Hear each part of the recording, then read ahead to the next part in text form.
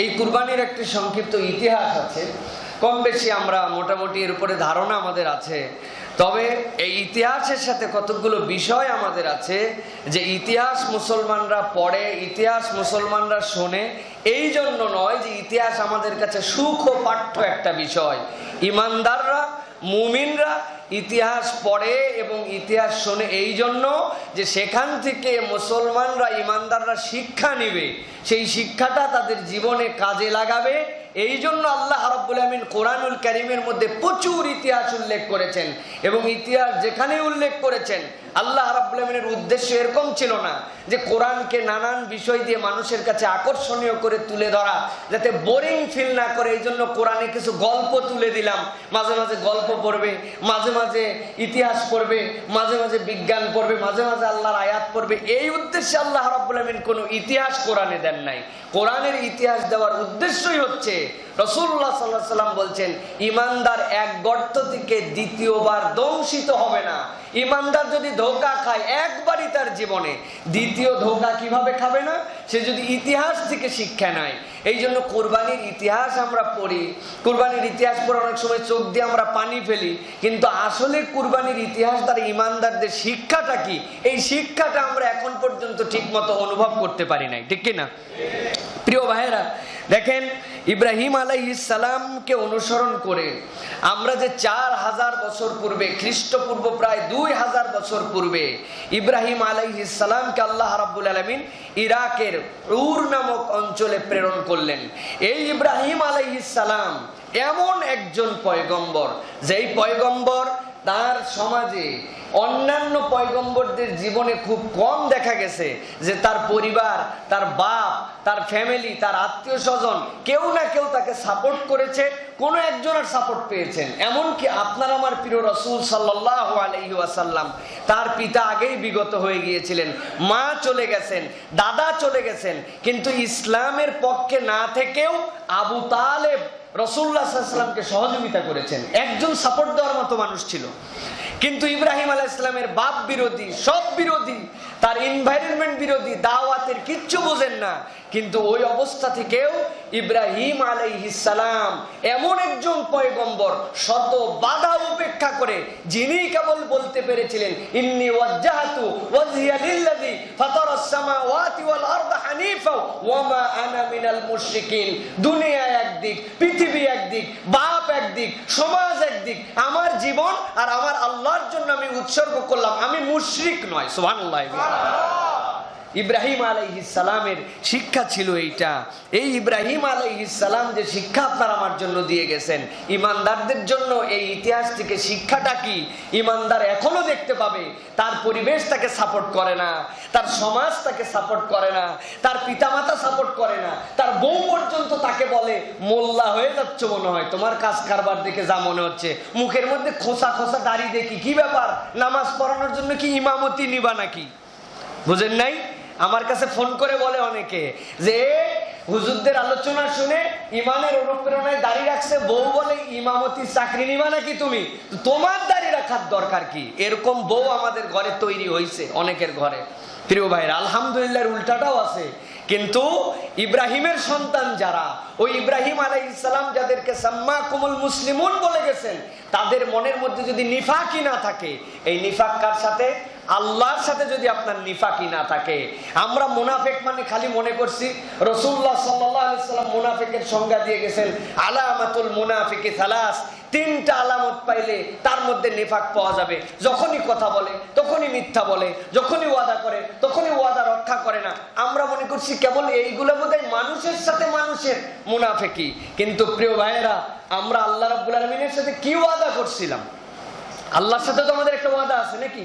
এই ওয়াদা তো আমাদের রূহের জগতে আমরা আল্লাহর সাথে করছি।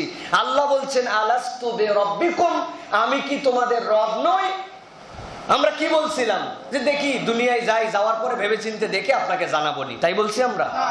আমরা বলছি ক্বালু বালা, আল্লাহ তুমি আমাদের রব। দুনিয়ায় রাসূলুল্লাহ সাল্লাল্লাহু আলাইহি সাল্লাম সহ তাবৎ পয়গম্বরদেরকে আল্লাহ এই সাক্ষীর পক্ষে মানুষকে স্মরণ করায় দেওয়ার জন্য মেসেঞ্জারকে পাঠাইছেন। তারা এসে আমাদের কাছে সব সাক্ষ্য নিয়েছেন, তুমি আল্লাহর পথে চলবে, তুমি দ্বীনের পথে চলবে, তুমি হকের পথে চলবে, আল্লাহর অবাধ্যতা যেখানে সেখানে তুমি নাই, ইসলামের বিরোধিতা যেখানে সেখানে তোমার সম্পর্ক নাই। এখন মুসলমান এখানে আসার পরে আল্লাহ মানে না, রসুল মানে না, ইসলামের পক্ষে নাই, কোরআনের পক্ষে নাই, দাওয়াতের পক্ষে নাই, সহিকতার পক্ষে নাই, অথচ বুক ফুলে আবার নিজে পরিচয় দিচ্ছে আমি পাক্কা ইমানদার। আছে না আমাদের? এই পাক্কা ইমানদার এখন বেড়ে গেছে আমাদের সমাজে, যাদের কাজে কর্মে মিল নাই কিন্তু পাক্কা ইমানদার। নিফাকি মূলত এইটা, সবচেয়ে বড় নিফাক তো এইটা যে আল্লাহ তার রসুলের যে বিধিবিধান আপনার প্রতি আসছিল আপনি সেই বিধিবিধান মানেন না, আবার নিজেকে মুসলমান দাবি করেন। প্রিয় ভাইরা, ইব্রাহিমের সন্তানরা কিন্তু এরকম হবে না, কারণ ইব্রাহিম আলাইহিস সালাম যেরকম চাঁদের দিকে তাকিয়েছিলেন, তাকার পরে কি বলছিলেন? এইটাই আমার রব। চাঁদ যখন ডুবে গেল নিজে নিজে কি বললেন? যেটা ডুবে যায় সে আবার রব কেমন করে হয়? সূর্য যখন উঠলো উনি বললেন হাযা আকবার, এইটা বিশাল বড়, এইটাই আমার রব। সন্ধ্যাবেলা যখন সূর্য ডুবে গেল, ছোট্ট মানুষ দেখতেছেন সুবহানাল্লাহ, সূর্য ডুবে গেল, এইটা আবার আমার কেমন করে রব হয়? যা উঠে যা ডুবে নিশ্চয় এই চাঁদ সূর্য সবকিছু যিনি স্রষ্টা তিনি আমার রব। সুবহানাল্লাহ। সেই ইব্রাহিমের আমরা সন্তান। ইব্রাহিম আলাইহিস সালাম হচ্ছেন আমাদের জাতির পিতা। ইব্রাহিম আলাইহিস সালাম কি বলে গেলেন? উনি আপনার আমার নাম দিয়ে গেছেন হুয়া সাম্মাকুমুল মুসলিমুন, আমরা যে মুসলমান ইব্রাহিম আলাইহিস সালাম বলে গেছেন। সুতরাং ইব্রাহিমের সন্তানরা পৃথিবীতে কখনো মাথা নত অন্য কারো কাছে করতে পারে না। কথা ঠিক কিনা? ইব্রাহিমের সন্তানের যদি পরিচয় দিতে হয়, ইব্রাহিম আলাইহিস সালামের যদি পরিচয় আমাদেরকে দিতে হয়, ইব্রাহিমের সন্তান কারো কাছে মাথা হালাবে না। মাথা হালাইতে হলে আল্লাহর কাছে কেবল মাথা হালাবে। ঠিক কিনা? প্রিয় ভাইয়েরা, এই জন্য কুরবানির শিক্ষা এইটা। কেন কুরবানি দিচ্ছি আমরা? আল্লাহ রাব্বুল আমিনের কি দরকার আছে একটা পশুর?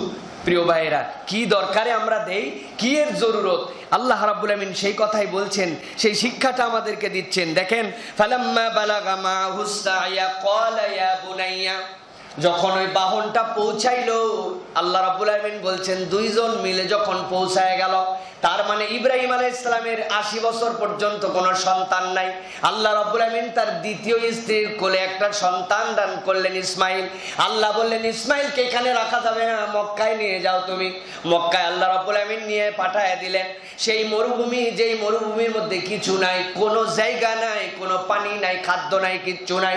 ইব্রাহিম আলাইহিস সালাম নামায় রেখে দিলেন। দেওয়ার পরে যখন উল্টা দিক করে চলে যাচ্ছেন, হাজেরা ডাক দিলেন, উনি ফিরেন না তার দিকে, কারণ ফিরলে সন্তানের মায়া তার উপরে লেগে যেতে পারে।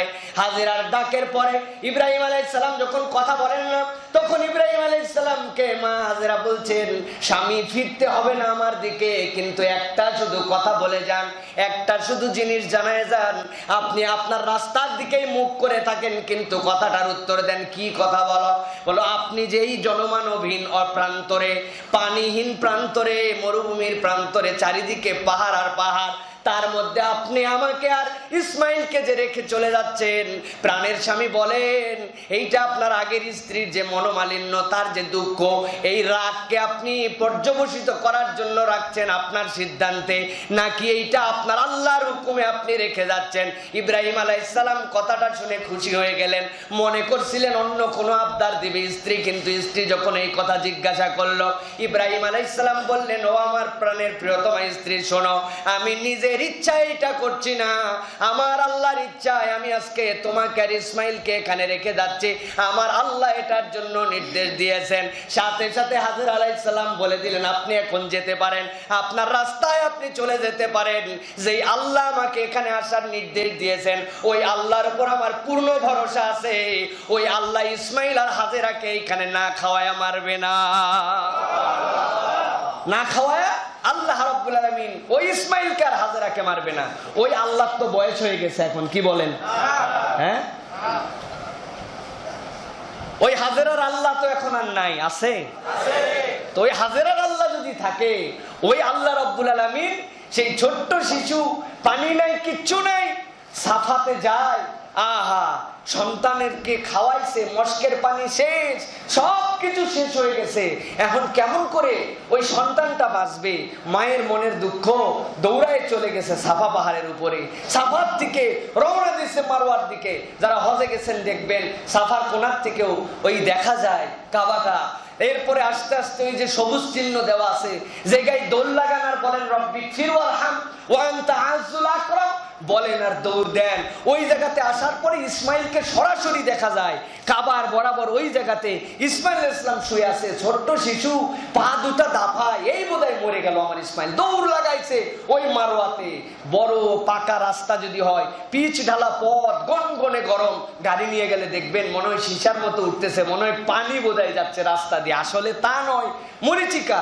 এই সাফার থেকে মারওয়ায় গেছেন, মারওয়ার থেকে আবার সাফায়, আবার সাফার থেকে মারওয়ায়, দৌড়ায় হাজেরা, আল্লাহর রহমতের দিকে তাকায় আর আল্লাহর দিকে খেয়াল করে, আর তার প্রচেষ্টাটা সে করে। শিক্ষা কি? এমনি এমনি শিক্ষা কেন আমি সাফা মারওয়ায় দৌড়াবো? কি শিক্ষা আল্লাহ রাব্বুল আলামিন দিয়েছেন? হজের এই শিক্ষাগুলা তো আমরা নিয়ে যাই না। তালবিয়ার শিক্ষাই আজ পর্যন্ত শিখি নাই। অনেক হাজী সাহেব এরকম আছে তালবিয়া এখনো মুখস্থই করতে পারে নাই। তালবিয়া হজের যে জাতীয় সঙ্গীত, হজের যে গান, এই তালবিয়ার শিক্ষাই আমরা জানি না। তালবিয়া কি জন্য পড়েন? কয় পরিমাণে তালবিয়া পড়া লাগবে না, নিয়ত করার পরে 3 বার উচ্চ কণ্ঠে তালবিয়া পড়া লাগে, এই জন্য তালবিয়া পড়ে। আসলে কি আল্লাহ রাব্বুল আলামিন মুখস্থ কোনো বাক্য শিখানোর জন্য তালবিয়া আমাদেরকে শিক্ষা দিয়েছেন? প্রিয় ভাইরা, আমরা ঠিক মতো বুঝি না। তালবিয়ার শিক্ষা যদি হাজী বুঝে যাইতো, ওই হাজীর দ্বারা পৃথিবীতে আর কোন রকম কারো দিকে তাকানোর মতো সময় আর থাকতো না। এক একটা হাজী পৃথিবীর সর্বশ্রেষ্ঠ দাঈল আল্লাহ হয়ে যেত, এক একটা হাজী পৃথিবীর সর্বকালের সর্বশ্রেষ্ঠ সন্তানে রূপান্তর হয়ে যেত। কেবল তালবিয়ার শিক্ষা আল্লাহ যেটা বুঝাইতে চাইছেন, এটা যদি বান্দার মধ্যে ঢুকে যেত। কি বলি আমরা তালবিয়ায়? হজে যখন যাচ্ছি আমরা যখন হজের নিয়ত করছি, আমরা তালবিয়াতে কি বলছি? তালবিয়াটা আমরা অনেকেই জানি, লাব্বাইক আল্লাহুম্মা লাব্বাইক, লাব্বাইক লা শারীকা লাকা লাব্বাইক, ইন্নাল হামদা ওয়ান নি'মাতা লাকা ওয়াল মুলক লা শারীকা লাক। কি বলছি আমরা এখানে? জানেন কি বলছি? সুবহানাল্লাহি বিহামদিহি। কি বলছি আমরা? এই তালবিয়ার মধ্যে মৌলিক 3টা শিক্ষা আছে। ভালো করে একটুখানি বুঝে নেন এইটা। যদি আল্লাহ রাব্বুল আলামিন কবুল করেন আপনাদেরকে হজে, উমরাতে, এই অনুপ্রেরণাটা নিয়ে যেন যেতে পারেন, এই জিনিসটা বোঝার চেষ্টা করেন। ক্লাসের মধ্যে নাম ডাকতেছে আব্দুল হাই, আপনি যদি উপস্থিত থাকেন তাহলে কি বলবেন? ইয়েস স্যার বলবেন কি না? যার নাম তার নাম বলবে। আরবিতে এই যে নাম ডাকার পরে রোল কলিং এর পরে যখন কারো হাজির লাগে, প্রেজেন্ট দেওয়ার পদ্ধতিটার নাম হচ্ছে লাব্বাইক। আসো আব্দুল সাত্তার, লাব্বাইক। আব্দুল খালেক, লাব্বাইক। দেখেন, আপনি হজের জন্য রওনা হয়েছেন, আপনি মনে করছেন এমনি এমনি আমার টাকা পয়সা, আমার সামর্থ্য, আমার যোগ্যতা আল্লাহ দিছে, আমি যাচ্ছি। দিছে, সব ঠিক আছে, কিন্তু একজন রহমানুর রহিম আপনার নামটা এবছর হজের জন্য কল করছেন, আপনি ওই লাব্বাইক সাক্ষী সাড়া দেওয়ার জন্য যাচ্ছেন। এই জন্য হাজিরা লাব্বাইক দিয়ে আল্লাহর কাছে ইহরাম পরার পরে সাড়া দিয়ে হজের দিকে সফরে রওনা হয়। সুবহানাল্লাহ। লাব্বাইক, আল্লাহ আমি হাজির আছি। কেমন হাজির আছো বান্দা? লাব্বাইকা লা শারীকা লাকা লাব্বাইক। ওই রবের কাছে আমি হাজির হচ্ছি যেই রবের কোনো শরীক নাই, একমাত্র তার কাছে যাওয়ার জন্যই আমি হাজির হচ্ছি। আল্লাহ, বান্দা তোমার কাছে হাজির। এরপরে আল্লাহ বলছেন, হয় নাই, এই হাজিরা তোমার এখনো 100% হয় নাই। এই হাজিরা তোমার বিভিন্ন মাধ্যমে হতে পারে, ভায়া মাধ্যম থাকতে পারে। হাজিরায় তুমি যে সশরীরে উপস্থিত, তোমার মন মানসিকতায় উপস্থিত, তার প্রমাণ দাও। এবার আল্লাহ কিভাবে প্রমাণ দেওয়াচ্ছেন? আপনি কি বলছেন? ইন্নাল হামদা, হে আল্লাহ, এতদিন পর্যন্ত আমি বড় মানুষের প্রশংসা করছি, নানান কারণে নানান জনের প্রশংসা, তেলবাজি, নানান কারণের নানান জনের জন্য আমি প্রশংসা করতে বাধ্য হয়েছি, কিন্তু আজকে ওই রবের কাছে আমি হাজির হচ্ছি, অন্তর থেকে ঘোষণা দিচ্ছি, ইন্নাল হামদা, সকল প্রশংসা কেবলই তোমার। 1 নম্বর সাক্ষী এটা আল্লাহর কাছে। আর কারণ আল্লাহ, বাকিগুলো সব ফেক। যত প্রশংসা করছি, যত তেলবাজি করছে, এগুলা ফেক। ওয়ান নি'মাতা, রব্বুল আলামিন আরো একটা সাক্ষ্য দিচ্ছি তোমার কাছে, যাবতীয় অনুগ্রহ, যত ধরনের দয়া, সব তোমার। আমি চিন্তা করছিলাম সভাপতি সাহেব না থাকলে আমার চাকরি থাকতো না, অমুকে আমার মামা না থাকলে আমার এই চাকরি হতো না, অমুক ডাক্তার না থাকলে আমার জীবনই বাঁচতো না, অমুক লোক না থাকলে আমার এই অনুগ্রহ না করলে আমার কি হতো। এগুলো সব ঠিক আছে আল্লাহ, কিন্তু চূড়ান্ত অনুগ্রহ দেওয়ার, ওই ব্যক্তি যে আমার প্রতি অনুগ্রহ করছে, তার অন্তরের মধ্যে এই অনুগ্রহ দেওয়ার মালিক তুমি। আজকে আর কোনো ভায়া মাধ্যম নাই, কোনো কারো দিকে নাই আমি। ইন্নাল হামদা ওয়ান নি'মাতা, সকল নিয়ামত তোমার, এটা তোমার কাছে শিক্ষা দিলাম, স্বীকৃতি দিলাম রব্বুল আলামিন।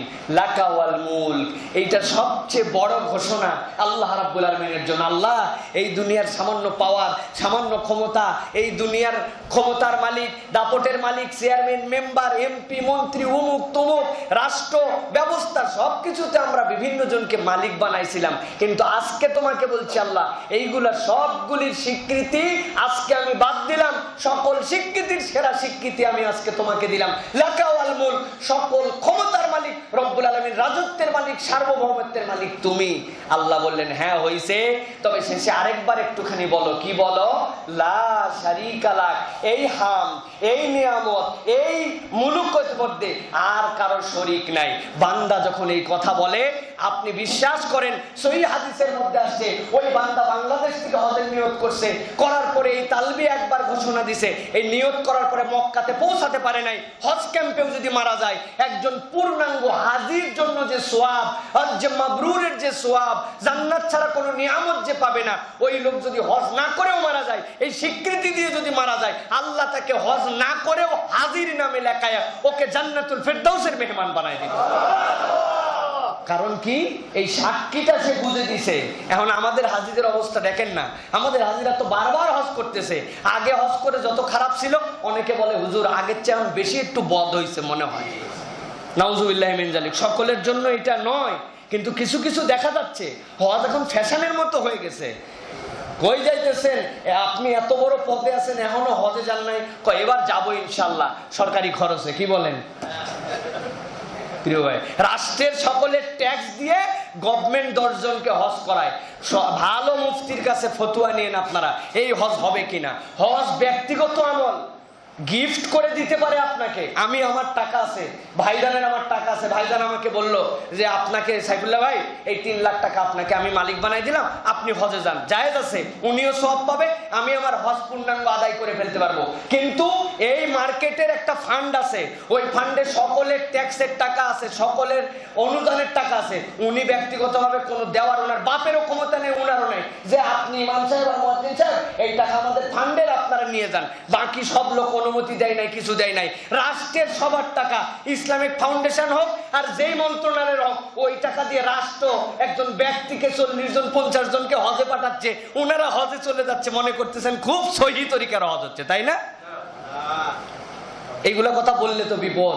হুজুর খুতবার মঞ্চে আসে আপনি খালি সুন্দর সুন্দর কাহিনী শোনাবেন, ফজিলতের বয়ান করবেন, আন্দাজে এইগুলা কথা বলতে আসছেন, এইগুলা খতিব সাহেব চলবে না। কি বলেন?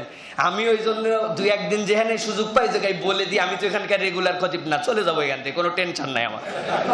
প্রিয় ভাইয়েরা, ভালো করে বুঝেন এই জন্য।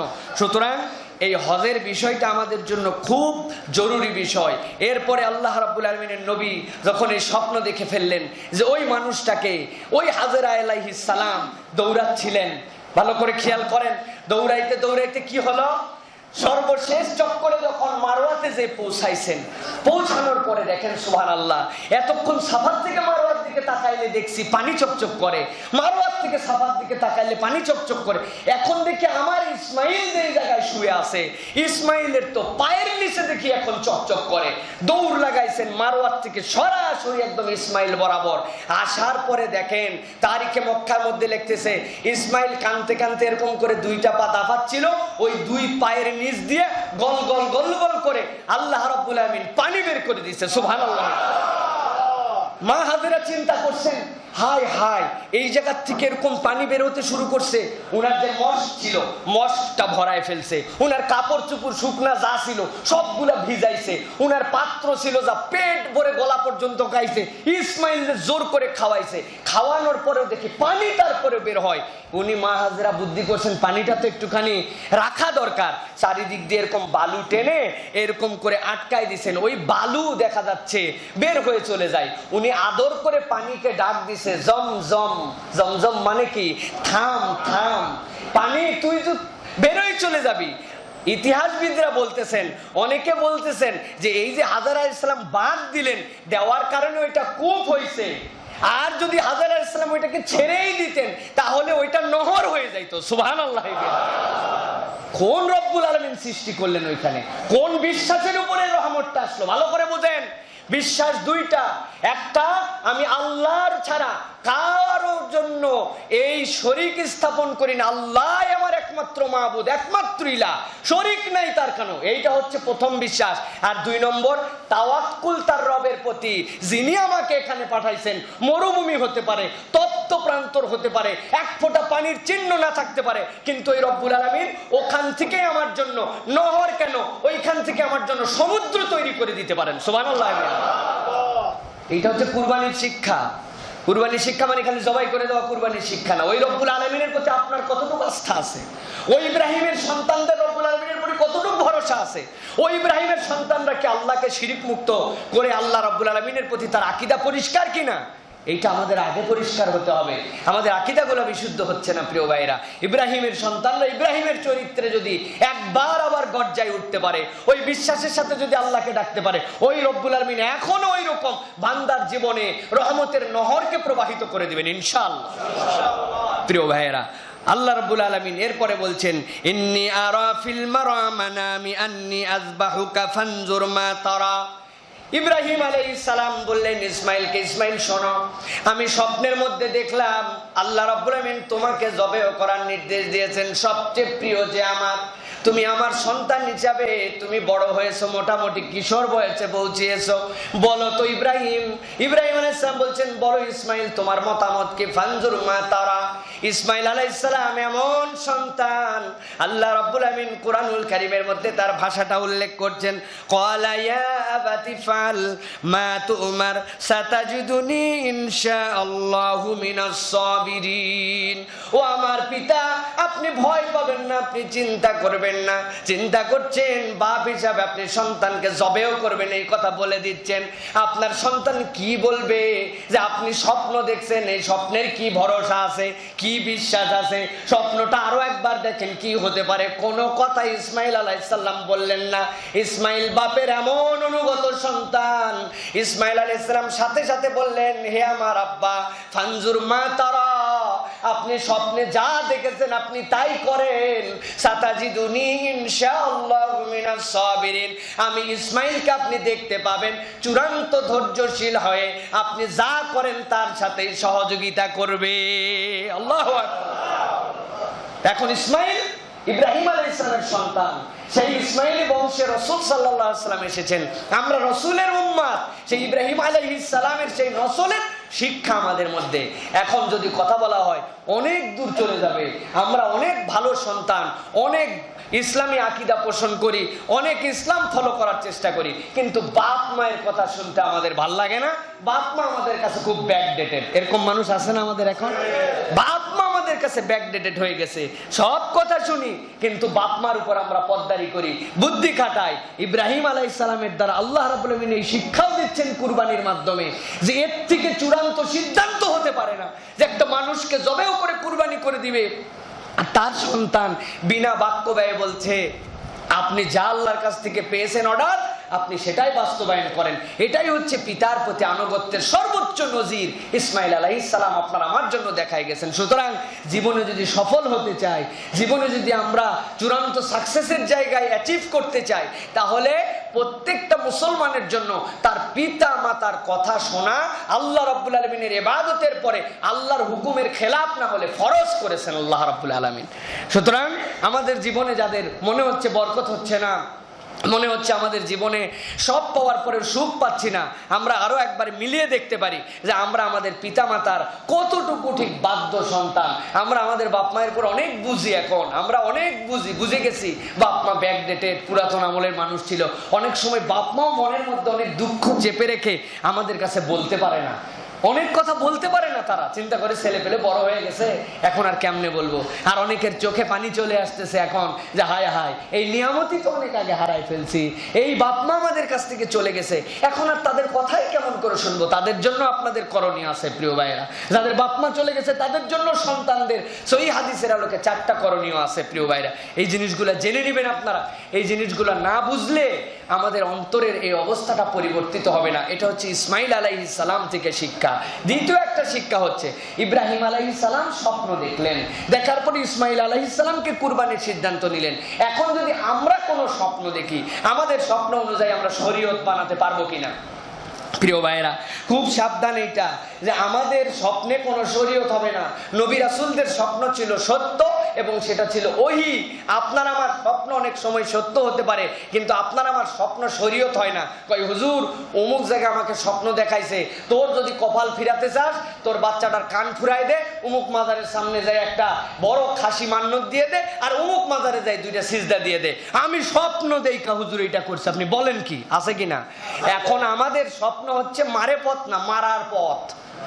আমাদের স্বপ্ন মারার পথ, শিরিকের মধ্যে ঢুকায় দিচ্ছে, মুশরিক বানায় দিচ্ছে। কারণ শয়তান তো আপনার নসলে দমে দমে ঢুকতে পারে, জানে ওই লোকের কি বিপদ। এখন কোন স্বপ্নটা ওর একটু খেলার মতো দেখাই দিতে পারলো ওর ইমান হারা হয়ে যাবে, ও বুঝে ফেলছে। ওরা বলছে যা গোলাপ সার মাজারে যা, 101টা গোলাপ নিয়ে দেখ সিজদা, দেখ তোর কি অবস্থা হয়। পরের দিন সকালে উনি যায় ঢপা ঢপ সিজদা দিয়া, শুধুমাত্র সিজদাই দেয় নাই, ইমানটা ওই জায়গায় দিয়ে দিছে, ঠিক কিনা? আমাদের দেশের এই মাজারগুলো এখন ইমান চুরির জন্য কন্ট্রাক্টরি সেন্টার, ইমান হারানোর সেন্টার। আরে মাজার আলাকে আপনি কি দিতে যাচ্ছেন? মাজার আলার থেকে নিতে যাচ্ছেন কি? মাজার আলা তো বিপদে আছে, কবর আলা তো বিপদে আছে, উনার তো আপনার কাছ থেকে চাওয়ার জন্য শুধু বসে আছে। আপনি তার জন্য কখন বলবেন আসসালামু আলাইকুম ইয়া আহলাল কবর, আসসালামু আলাইকুম ইয়া দিয়ারা কবুলিল মুমিনিন ওয়াল মুসলিমিন, আনতুম লানা সাবিকুন ওয়া নাহনু ইনশাআল্লাহ বিকুম লাহিকুন। আপনার এই দোয়া নেওয়ার জন্য উনি বসে আছে। আর শয়তান আমাদের মগজে এমন প্রস্তাব করছে যে আমরা আর ওইখানে দেওয়ার জন্য যাই না, এখন আমরা নেওয়ার জন্য যাই। খাজা একটা দে বাচ্চা, নাকি বলেন? প্রিয় ভাইরা, সুতরাং স্বপ্ন আমাদের শরীয়ত নয়, খুব সাবধান এখান থেকে। প্রিয় ভাইরা, স্বপ্ন দেখায়া শয়তান অনেক সময় আমাদেরকে বিভ্রান্ত করে ফেলে। প্রিয় ভাইরা, এরপরে দেখেন আল্লাহ রাব্বুল আলামিন, এই যে আমরা কুরবানি করব, এই কুরবানিটার দাম কোন জায়গা? এই কুরবানি যে করছি, কুরবানির কোন অংশটুকু আল্লাহ রাব্বুল আলামিন কবুল করেন? ছোট্ট একটু এই আয়াতেরই একটা অংশ, যে আয়াতের মধ্যে থেকে আয়াতের মধ্যে থেকে আপনারা অনুভব করতে পারবেন যে আল্লাহ রাব্বুল আমিন কি নিচ্ছেন আপনার আমার কাছ থেকে। আল্লাহ রাব্বুল আমিন বলছেন ফালাম্মা আসলামা ওয়া তাল্লাহু লিল জাবিন ওয়া নাদাইনা ইয়া ইব্রাহিম ক্বাদ সাদ্দাকতার রুয়া ইন্না কাযালিকা নাজজিল মুহসিনিন।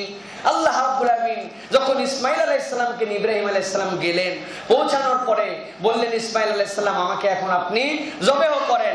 ইসমাইল আলাইহিস সালামকে কাত করে শোয়ায় দেওয়া হলো। যেই না শোয়ানো হলো, ইব্রাহিম আলাইহিস সালামের তলোয়ার তার হাতে। আল্লাহ বললেন আপনার এই চূড়ান্ত পরীক্ষায় আপনি পাস করে গেছেন, আপনাকে আর জবাই দিয়ে পরীক্ষার পাস করতে হবে না। সুবহানাল্লাহ। কি শিক্ষা এখানে? আল্লাহ রাব্বুল আমিন ইচ্ছা করলে জবাই করে দিতে পারতেন, দেওয়ার পরে আবার গলা জোড়া লাগাই দিতে পারতেন, কিন্তু আল্লাহ রাব্বুল আমিন না করে বললেন আপনার অন্তরের যে হাল এখন তৈরি হয়েছে, এই হালটা আল্লাহর কাছে পৌঁছাইছে। এই হাল প্রমাণ দিচ্ছে যে আপনি সত্যি ইসমাইলকে জবাই করে দিবেন। এই ইসমাইলের সন্তানরা কিয়ামত পর্যন্ত যারা আসবে, আল্লাহ রাব্বুল আমিন তাদের জন্য এই জন্য বলে দিলেন লা ইয়ানালাল্লাহ লুহুমুহা ওয়ালা দিমাউহা ওয়ালাকি ইয়ানালুহু তাকওয়া মিনকুম। আল্লাহ বলছেন বান্দারে, আমি তোমাদের অন্তরটাকেই দেখতে চাই। ও তোমাদের পিতা ইব্রাহিম আলাইহিস সালাম যেরকম অন্তরটা দিয়ে প্রমাণ করে দিয়েছিল আল্লাহর কাছে যে আমি ইসমাইলকে আপনি মানা না করলে জবাব করেই দিব। আল্লাহ বললেন আলহামদুলিল্লাহ, হয়ে গেছে আপনার জন্য। কাযালিকা নাজজিল মুহসিনিন, যারা সৎকর্মশীল এইভাবে আল্লাহ তাদেরকে পাস করায় দেন। ওই রকম ইমানদার যারা হবে তাদের কুরবানির ওই গরুর সাইজ কত হলো, কয় মনের গরু, কত টাকার গরু, আল্লাহ রাব্বুল আমিন এইগুলা দেখেন না। আল্লাহ রাব্বুল আমিনের কাছে গোশতও পৌঁছায় না, আল্লাহ রাব্বুল আমিনের কাছে রক্তও পৌঁছায় না, আল্লাহ রাব্বুল আমিনের কাছে পৌঁছায় আপনার অন্তরের অবস্থা কি ছিল। এই জন্য পরিষ্কার অন্তর নিয়ে, আল্লাহর জন্য অন্তর নিয়ে যেই বান্দারা কুরবানি করবে, ইসমাইল আলাইহিস সালামকে যেরকম আল্লাহ সফল করেছেন, তার সন্তানদেরকেও আল্লাহ রাব্বুল আমিন সফল বানায় দিবেন। সুবহানাল্লাহ।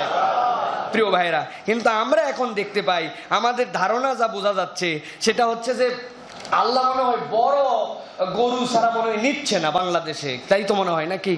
গত বছর হজে ছিলাম, আমার জীবনে একটা জিনিস খুব বড় মিস করছি আমি, সেইটা হচ্ছে গাবতলীর হাটে একটা গরু উঠছিল, আপনারা শুনছেন কিনা, সুন্দরী বেগম সেই মহিলার নাম। গরুর দাম 40 লাখ না কত লাখ টাকা। আমার গাবতলী হাটের পাশেই আমার বাড়ি দারুস সালামে, মনে করছিলাম বাংলাদেশে থাকলে আর যাই হোক এই গরু 10 টাকা খরচ করে হলেও দেখতে যাইতাম আমি, যে এই গরু কেমনে কি বানাইলো। প্রিয় ভাইয়েরা, আমি তো মজা করে বলি, ওই গরু গুলশানের এক লোক কিনেছে, নিয়ে যাওয়ার সময় 60,000 টাকা খরচ হয়েছে তার গাড়িতে করে। 30 লাখ টাকার গরু, 60,000 টাকা খরচ বাড়ি পৌঁছাতে। আর ওই দিনে গাবতলীর হাটের থেকে এক রিক্সাওয়ালা নিয়ত করছে, এবছর আল্লাহ টাকা পয়সা একটু জড়ো করছে, আমি একটা কুরবানি দিব। আসার পরে দেখে 7,000 টাকায় কোনো ছাগলই হয় না। যে ছাগল হয় সে ছাগল বাড়িতে নিয়ে যাওয়া যায় না, লজ্জায়, এরম একটা সাহস। তারপরেও যা টাকা আল্লাহর জন্য নিয়ত করছে, 2 দাঁত দেখে 1 বছরের বেশি বয়স, দেখে শুনে একটা মরাব টাইপের ছাগল কিনছে। কিনে কোমরের মধ্যে ছিল গামছা, গামছাটা খুলে ছাগলের উপর দিছে, যে অন্তত প্রেস্টিজ বাসুক বাড়ি পর্যন্ত। রাস্তাঘাটে মানুষ যদি জিজ্ঞাসা করে, চলে গেছে বাড়িতে 6-7 দিন একটু খাওয়ায় টাওয়ায় মোটামুটি জুতে আসছে। কুরবানি যেদিন সকালবেলা, ওই দিন ওই যে 40 লাখ গুলশানে জবাই হয়েছে, আর এই রিক্সাওয়ালার বাড়িতে জবাই হয়েছে 7,000 টাকার মরা মরা টাইপের এক ছাগল। আল্লাহ ফেরেশতাদেরকে পাঠাইছে, গুলশানে আগে রওনা দাও, যাওয়ার পরে 40 লাখ আগে কবুল করো। কি কর, মরা ছাগল আল্লাহ নেওয়ার দরকার আছে আন্দাজি? আমাদের আল্লাহ গনি, আমাদের আল্লাহ ধনী, সেই আল্লাহ মরা ছাগল নিবে কেন? আল্লাহ বলছেন দুইটাই কবুল হতে পারে, এই দুর্বলটাও ওই সবলটাও। কিন্তু আল্লাহ রাব্বুল আমিন বলছেন, বান্দা শুনে রাখো, লা ইয়ানালাল্লাহ লুহুমুহা ওয়ালা দিমাউহা ওয়ালাকিন ইয়ানালুহু তাকওয়া মিনকুম। আল্লাহর কাছে বড় রক্ত গোশত কিচ্ছু পৌঁছায় না, যে অন্তর নিয়ে আল্লাহর কাছে কুরবানি দিয়েছে। ইব্রাহিমের কুরবানি আল্লাহ যেরকম অন্তর দেখে জবেহের আগে কবুল করছেন, তোমার কুরবানিও আল্লাহ পশুর সাইজ দেখে নয়, তোমার অন্তর দেখে কেনার দিনেই কবুল করে নিতে পারেন। সুবহানাল্লাহ। কিন্তু আমরা দেখতেছি এখন আমাদের দেশে প্রতিযোগিতা লেগে গেছে। গরুগুলার কি দোষ? বাহামা গাই নিয়ে আসার পরে 1 মাসের মধ্যে এমন ইনজেকশন, এমন খাওয়াইছে, ফুইলে একবারে 700 কেজি ওজন। কি দরকার ভাই এটাকে এরকম বানানো? ওই পশুর জন্যও তো এটা এফেক্টিভ। 1 বছরের বেশি এই গাই রাখবে না, ওরা শেষ পর্যন্ত হাটে যা দামে হোক এটা বিক্রি করে দিবে, কারণ আরেক বছর রাখলেও মরে যাবে। ওরা এমন ওষুধ খাওয়াইছে, এমন ট্রিটমেন্ট দিছে, দিয়ে ওরা মোটা তাজা করছে। ওর গোস্তের মধ্যে পর্যন্ত সায়েন্টিফিক্যালি প্রুভ যে ওর গোস্তের মধ্যে আমাদের জন্য সম্পূর্ণ উপকারী সবকিছু নাই, অনেক ক্ষতি আমাদের মধ্যে আছে। বলেন তো, ও আমরা যদি এই গরু কেনার প্রতিযোগিতায়, এই বড় হিমরা চামড়া এই কেনার প্রতিযোগিতায় যদি আমরা লিপ্ত না হই, ওরা বানাবে কেন? এটার ক্রেতা আছে জন্য না ওরা বানায়, কথা ঠিক কিনা? এটার ক্রেতা আছে তো, একটা শ্রেণী চিন্তাই করছে আমার ইজ্জতই থাকে না যদি এরকম একটা গরু কুরবানি না দেয়। দেওয়ার পরে গলায় মালা টালা দিয়া ইচ্ছা করলে নিয়ে আসতে পারে, ট্রাকে আনে না। এলাকার মানুষ জানে, খবর পাই, কার রে? কয় এটা হাজী সাহেবের গরু। হাজী সাহেবের গরু যাইতেছে বড় বাড়িতে। সব লোকজন বুঝলো, হাজী সাহেব এবার 1 নম্বরে আছে। পাশে আরেক হাজী সাহেব দোকানে হয়তো খিলাল করতেছিল, বইসা দেখলো, কোন হাজী রে? এটা ওই হাজী, দেখ তো এর উপরে 2 লাখে আছে কিনা, বাড়া একটা লই আয়। এই তো চলতেছে আমাদের প্রিয় ভাইয়েরা। এইটা আল্লাহ রাব্বুল আলামিনের কাছে কবুল হবে না। আল্লাহ রাব্বুল আলামিনের কাছে আপনার আমার অন্তর যায়, এটা ইব্রাহিম আলাইহিস সালামের শিক্ষা আপনার আমার জন্য। আর এই যে পশুগুলাকে কষ্ট দিচ্ছি, আল্লাহ রাব্বুল আলামিন হেফাজত করুক। প্রিয় ভাইয়েরা, কি কষ্ট দেয় ইসলাম, মানবতার ধর্ম। কুরবানি করতে বলছে মানবিক, আপনাকে অমানবিক হতে বলে না ইসলাম। ট্রাকে করে নিয়ে আসে এই পশুগুলা, আহারে সেই কত দূর থেকে ট্রাকে করে নিয়ে আসতেছে। এই পশুগুলা যেন বসতে না পারে, এই জন্য চোখের মধ্যে ঝাল ঢুকায় দেয়, ভেঙ্গে ঝাল দিয়ে দেয়। 18 ঘন্টা 16 ঘন্টা চোখ দিয়ে পানি পড়ে, বসতে পারে না। এমন টাইট করে ট্রাকের মধ্যে রাখে যে ট্রাকের মধ্যে থেকে যেন নড়াচড়া পর্যন্ত করতে না পারে, এরকম কষ্ট দেয় তাদেরকে। 18 ঘন্টা জ্যামের মধ্যে থাকে, কষ্টের মধ্যে থাকে, এদেরকে খেতে দেয় না, এরা খাবার পায় না, ওই জায়গাতে ওই রকম করে রাখে। এত অমানবিক রাসূলুল্লাহ সাল্লাল্লাহু আলাইহি সাল্লাম থেকে মানুষকে হতে নিষেধ করা হয়েছে। হাদিসের মধ্যে আসছে যে ভাষাগুলা, আপনারা শুনলে আশ্চর্য হয়ে যাবেন। আমি সেদিন নোট করেছি এই বিষয়টা বলার জন্য প্রিয় ভাইয়েরা, যে প্রাণীর প্রতি আমাদের মায়ার ধরন কি হবে। রাসূলুল্লাহ সাল্লাল্লাহু আলাইহি ওয়াসাল্লাম বলছেন, ইন্নাল্লাহ কাতাবাল ইহসান আলা কুল্লি শাইইন ফাইদা কাতালতুম ফাহসিনুল কিতলা ওয়া ইদা যাবাহতুম ফাহসিনুজ যিবহা ওয়ালিউহাদ্দ আহাদুকুম শাফরাতাহু ওয়ালিউরিহ যাবিহাতাহু। আল্লাহর নবী বলছেন প্রত্যেকটা প্রাণীর প্রতি আল্লাহ রাব্বুল আমিন তোমাদের জন্য নির্ধারিত করে দিয়েছেন, তোমরা অবশ্যই তার জন্য ইহসান করবে, তার প্রতি দয়াদ্র হবে। রাসূলুল্লাহ সাল্লাল্লাহু আলাইহি ওয়াসাল্লাম এরপরে বলছেন যখন তুমি তাকে জবেহ করার নিয়ত করবে তখন তুমি ধারালো তীক্ষ্ণ ছুরি দিয়ে তাকে জবেহ করো, যেন তেন ভাবে তাকে জবেহ করো না। তাকে জবেহ করার আগে কষ্ট দিও না, তার জন্য সুন্দর করে এই জবেহের ব্যবস্থা করো। অনেক কথা আছে, খুতবা দিলে দীর্ঘ হয়ে যাবে। আপনাদের আদায়ের যেটা আদায় শেষে হবে, এখন আপনারা টাকা পয়সা নিয়ে অপেক্ষা করেন, সর্বশেষে আদায়ের যখন সময় বলা হবে তখন কৌটা ছাড়া হবে। ভালো করে খেয়াল করে দেখেন, এই মাসালাটা ভালো করে পরিষ্কার করে জেনে নেন। মুসলমানরা ইমানদার মানবিক মানুষ হতে হবে। রাসূলুল্লাহ সাল্লাল্লাহু আলাইহি ওয়াসাল্লামের শিক্ষা এটা আপনার আমার জন্য কত মানবিকতা রাসূল সাল্লাল্লাহু আলাইহি ওয়াসাল্লাম শিখিয়েছেন। দেখেন হালাল স্লটারিং, হালাল স্লটারিং আবার কি জিনিস চিন্তা করতেছেন? হালাল স্লটারিং মানে বিসমিল্লাহি আল্লাহু আকবার বলে জবেহ করে দিলেই এটা আপনার আমার জন্য হালাল হয়ে গেল, তাই না? প্রিয় ভাইরা, হালাল হইল, হালালের এইটা একটা পার্সেন্টেজ হইল, পূর্ণ হালাল এইটা হইল না। বিসমিল্লাহি আল্লাহু আকবার বলে আপনাকে জবেহ করতে হবে, কিন্তু শরীয়তে ইসলাম আপনাকে কতগুলা নীতি দিয়েছে। 4টা রগ আপনাকে কেটে ফেলতে হবে। পশু যতক্ষণ পর্যন্ত তার রক্ত প্রবাহিত হয়ে তার এটা না বের হয় ততক্ষণ পর্যন্ত আপনাকে অপেক্ষা করতে হবে। আমরা কুরবানি দিচ্ছি আল্লাহর নামে, কিন্তু আমাদের ভুলের কারণে আমাদের এইগুলা বৈধ জবেহ হচ্ছে না, রসুলের তরিকায় আমাদের জবেহ হচ্ছে না। আমরা জবেহ করার পরে কি করি? আমরা ওই অল্প একটু কই হুজুর আপনি খালি ফোঁসটা দিয়ে দেন, তারপরে আমরা দেখতেছি কসাইরা এরপরে দেখতেছে উনারা পুরা কাইটে এই চাকুর মাথা দিয়ে এই মেরুদণ্ডের যে হাড্ডি সামনে দিক থেকে পিছনে দেখা যায় ওর মধ্যে ঢুকায় এরকম করে নড়া দিয়ে দেয়। সায়েন্স বলতেছে আপনি যদি এইটা সরায় দেয়, মেরুদণ্ডের এই হাড্ডিটা ফাঁক করে দেয়, তাহলে ওর স্বাভাবিক রক্ত বের হয়েছে, ও পশুটা আর মরে না।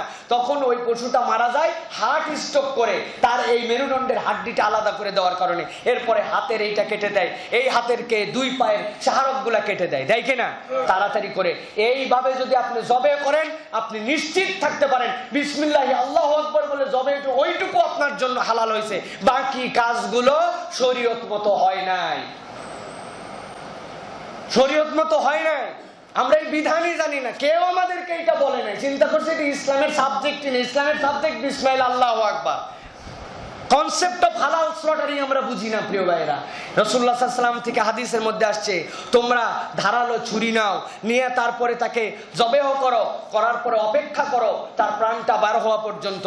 প্রয়োজনে যদি বেশি পশু লাফালাফি করে হালকা করে তাকে বাঁধা যাবে আপনার, কিন্তু ওই 5 মিনিট 7 মিনিট সময় আগায় নেওয়ার জন্য, কসাইদের জন্য, ওদের সময় বাঁচানোর জন্য খেসা খেস হাত পা কেটে দিয়ে তাড়াতাড়ি করে পশুকে এরকম ভাবে রক্ত তার শরীরের মধ্যে থেকে যাচ্ছে, হার্ট ফেল করে মারা যাচ্ছে, খালি বিসমিল্লাহ আল্লাহু আকবার বলে আমি কুরবানি করে দিচ্ছি, এই কাজ জানি করবেন না প্রিয় ভাইরা। এই মেসেজটা সকলের কাছে পৌঁছাতে হবে, পারবেন ইনশাআল্লাহ?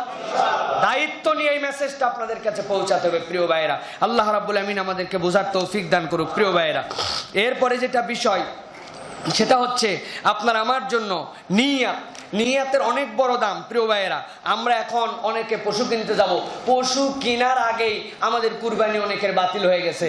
আমরা নিয়ত করে ফেলছি যে এইটার গোশত খাবো, আমরা গোশত তো খাবোই আমরা, কিন্তু নিয়ত যদি এরকম হয় 2 জন মিলে একজনের নিয়ে গেছে যে আমি যে কিনতেছি কেনার পরে এইটা বাজার দর অনুযায়ী ঠিক হলো কিনা, কয় মন গোশ হবে তাকে ঠিক হলো কিনা, বাজারে এখন 550 টাকা চলতেছে, আমি যে 40,000 টাকায় কিনলাম তাহলে কয় মন গোশ হলে এই টাকাটা আমার উঠবে, এইরকম চিন্তা করে অনেকে এখন কুরবানি দিচ্ছে প্রিয় ভাইয়েরা।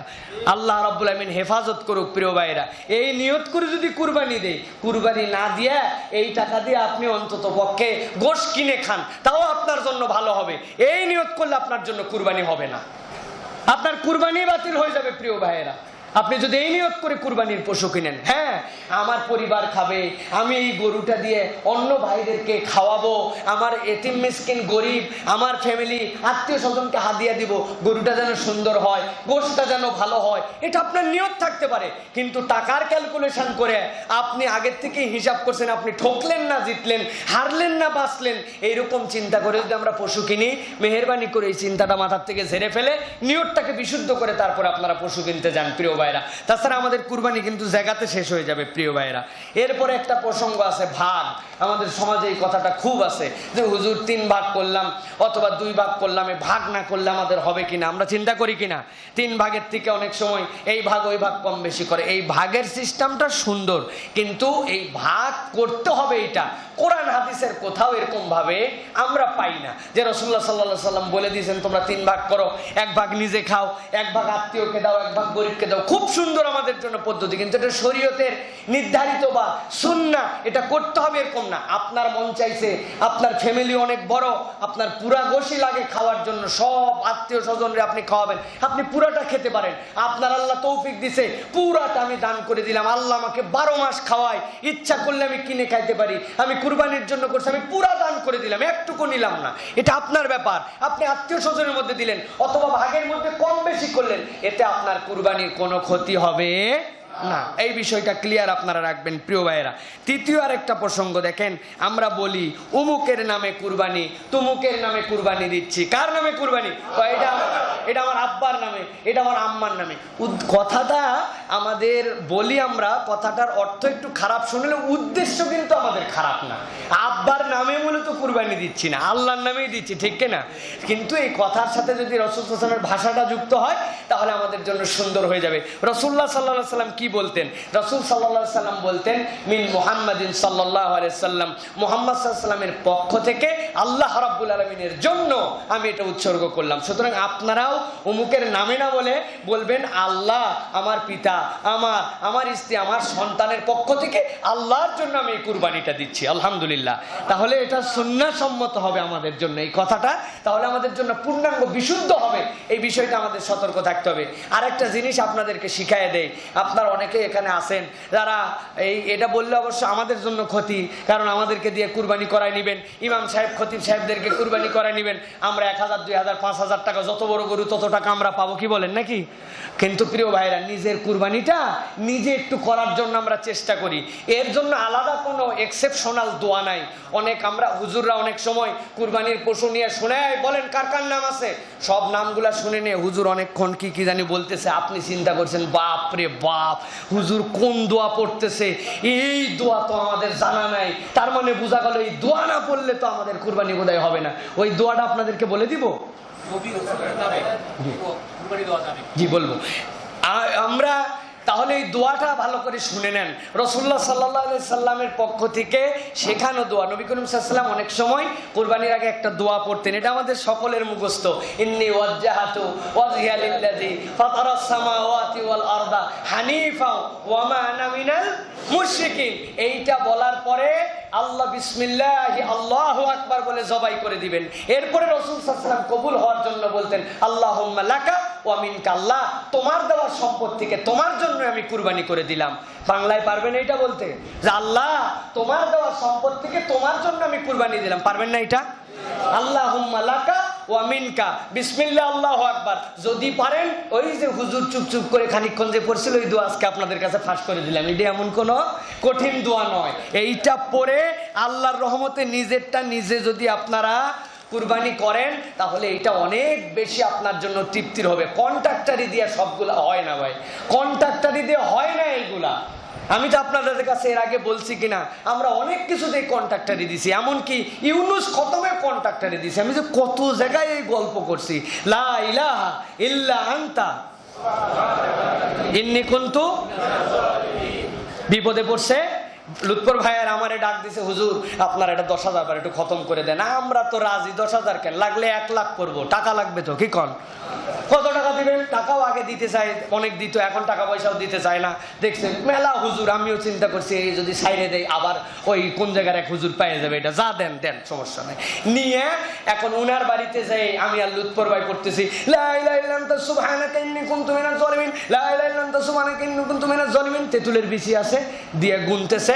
উনার মনে করেন যে বউয়ের ঝামেলা, উনার সন্তান অসুস্থ, ওই বাড়িওয়ালা বিরাট ঝামেলায় আছে, আমাদের দুইজনকে পড়তে লাগাইছে। আমি কি পড়তেছি? লা ইলাহা। দোয়াটা অনেক দামি দোয়া, এইটা অন্য সেন্সে বলতেছি না, বোঝানোর জন্য বলতেছি। লা ইলাহা কোনো ইলাহা নাই ইল্লা আনতা, আপনি রব্বুল আলামিন ছাড়া, ইন্নী কুনতু, নিশ্চয় আমি, মিনাজ জালিমিন, ক্ষতিগ্রস্ত। আল্লাহ কে ক্ষতিগ্রস্ত?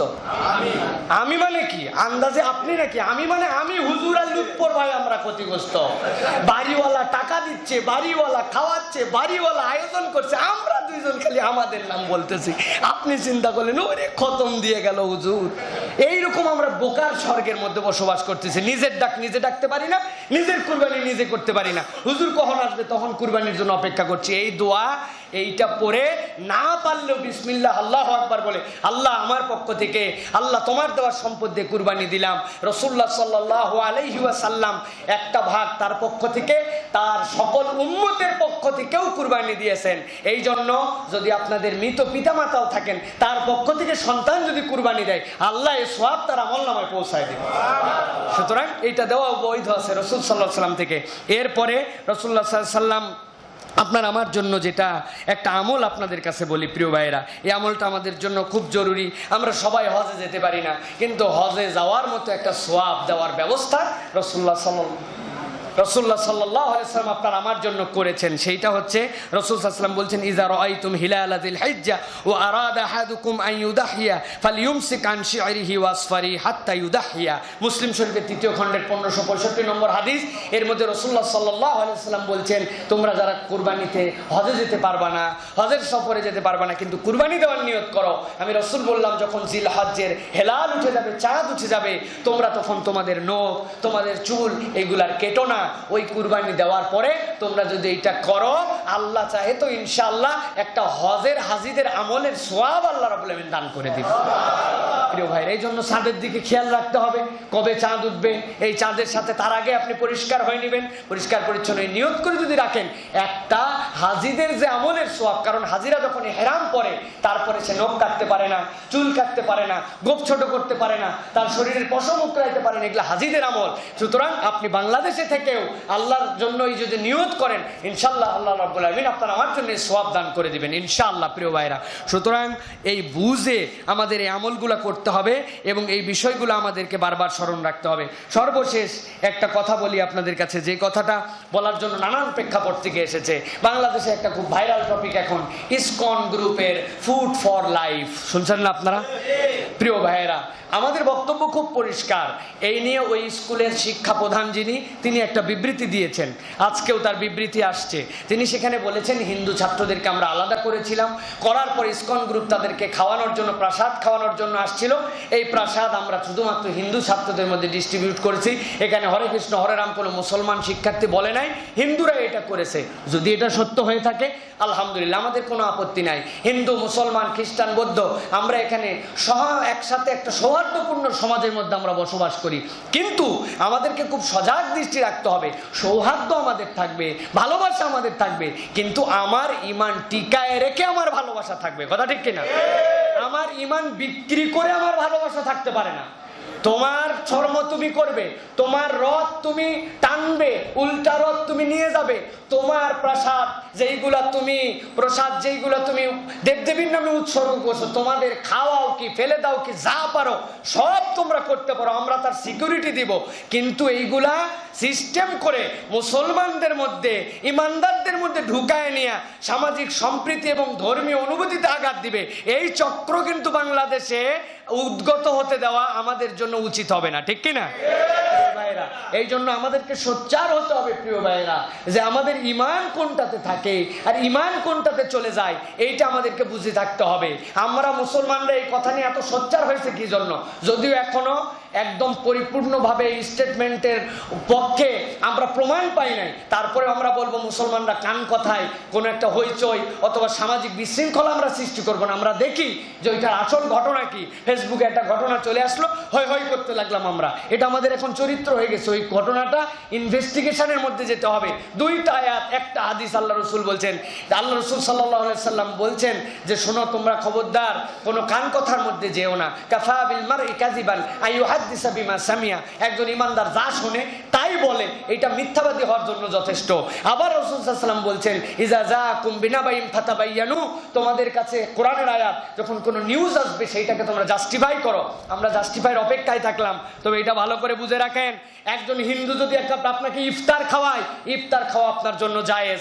আপনি অন্য খাবার তাকে দিতে পারেন, তার খাবার নিতে পারেন আপনি, যদি সেটা অন্য কারণ নামে উৎসর্গিত না হয়। কিন্তু ওইটা যদি পূজার খাবার হয়, ওইটা যদি রথের খাবার হয়, ওইটা যদি দেবদেবীর নামে উৎসর্গিত প্রাসাদ হয়, সেই তাবারুক যদি আপনাকে আমাকে খাওয়ায়, আর কোন ইমানদার যদি এইটা বিশ্বাস করে তারপরে খায়, আরে এটা তো খাবারই, খাইলেই কি আর না খাইলেই কি, আমার এর সাথে কোনো সমস্যা নাই, সাথে সাথে তার ঈমান চলে যাওয়ার সম্ভাবনা আছে, ঠিক কিনা?